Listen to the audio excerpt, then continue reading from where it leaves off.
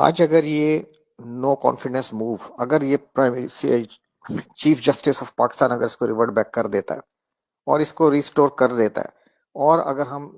No confidence move میں ہم چلے جاتے ہیں اور ڈیفینیٹلی گورنمنٹ ہار جائے گی، تو اس کا مطلب ہے کہ ہم نے فورن انٹرونشن کو سپورٹ کیا،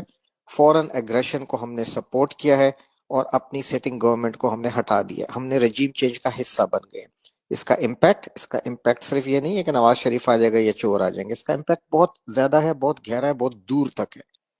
یہ لوگ جو اب نیریٹو بلڈ کر رہے ہیں کہ جی بیگرز آر ناٹ چوزرز، اور ہمیں تو جی وینٹیلیٹر سپورٹ ہے، ہمیں لائف سیونگ ڈرپس لگی ہوئی ہیں جو امریکہ نے لگائی ہوئی ہیں، اور ہم فائنینشلی بہت بہت پور کنڈیشن میں ہیں، یہ آگے چل کے ڈیفالٹ کی سچویشن میں اپنے آپ کو شو کریں گے یا چلے جائیں گے، کیونکہ یہ لوٹ مار ہے، یہ اسی اکانومی کو بلڈ نہیں کر سکیں گے۔ یہ چائنا اور رشیا کی ریجنل سپورٹ کھو دیں گے، اور پھر یہ اکنامک انسٹیبلٹی اور ڈیفالٹ میں چلے جائیں گے۔ پھر یہ کہیں گے کہ جی اب ہمیں World Bank, I M F اور انٹرنیشنل کمیونٹی سے ہمیں آفر ہے کہ ہم اگر نیوکلیئر ایسٹس اپنے تلف کر دیں پیسفلی، تو ہمیں جو ہے انٹرنیشنل سیکورٹی گارنٹیز دی جائیں گی، اور ہمیں جو ہے کیا کہتے ہیں، ہمارے سارے لونز معاف کر دیے جائیں گے، اور پھر ہمیں اس کے بدلے میں کافی فائنینشیل ایڈ کی آفرز ملیں گی، اور پھر یہ دوبارہ بولیں گے کہ جی بیگرز آر ناٹ چوزرز، ہم کسی سے لڑنے نہیں آئے، ہم انڈیا سے اچھے تعلقات چاہتے ہیں، ہم نیبر میں، ریجن میں فرینڈلی کنٹری کی طرح رہنا چاہتے ہیں،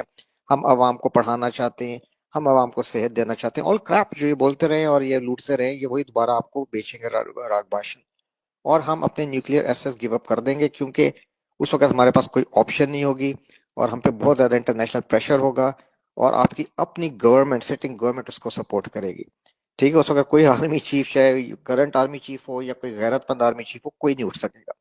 اور پھر آپ نیوکلیئر ایسٹس اپنے ڈیفینگ کریں گے، انٹرنیشنل جو مانیٹرنگ ایجنسیز ہیں وہ آئیں گی، اور آپ کے ہی اپنے انٹرنل سپورٹ کے ساتھ یہ نیوکلیئر ایسٹس کو ریموو کر دیں گے، جیسے یوکرین میں ہوا۔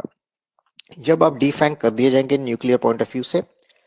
اور اس وقت آپ کی آرمی جو ہے وہ پوری رسپیکٹ اپنے لوگوں میں آلریڈی کھو چکی ہوگی، جو انفارچونیٹلی اب کھوتی جا رہی ہے اور کافی حد تک کھو چکی ہے۔ جب آرمی کو اپنی عوام کی سپورٹ ختم ہو جائے گی، جب عوام کا اپنے ملک پہ سے اس وقت تک اعتبار ختم ہو چکا ہوگا، ویک ہو چکے ہوں گے، انڈیا کے آگے ہم ذلیل ہو چکے ہوں گے، اور ہم میں ہمت نہیں ہوگی کہ ہم انڈیا کی طرف سر اٹھا کے بھی دیکھ سکیں یا عزت سے بات کر سکیں، اس اسٹیٹ آف مائنڈ میں، اس ڈیفیٹڈ اسٹیٹ آف مائنڈ جب قوم پہ کریٹ کر دیا جائے گا، پھر آپ کا کیا خیال ہے کہ بلوچستان اور گوادر کو کنٹینیو کرنے دیا جائے گا؟ اس وقت پھر بلوچستان پہ یہ جتنی وار ہے یہ تیز کر دی جائے گی،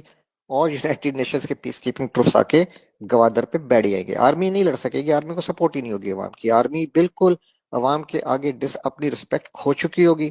اور لوگ کوئی ایون جوان اور افسر نہیں اپنے آفیسرز پہ وہ اعتبار کریں گے، کیونکہ وہ جنرلز بھی اپنی رسپیکٹ اپنے رینک اور فائل میں کھو چکے ہوں گے،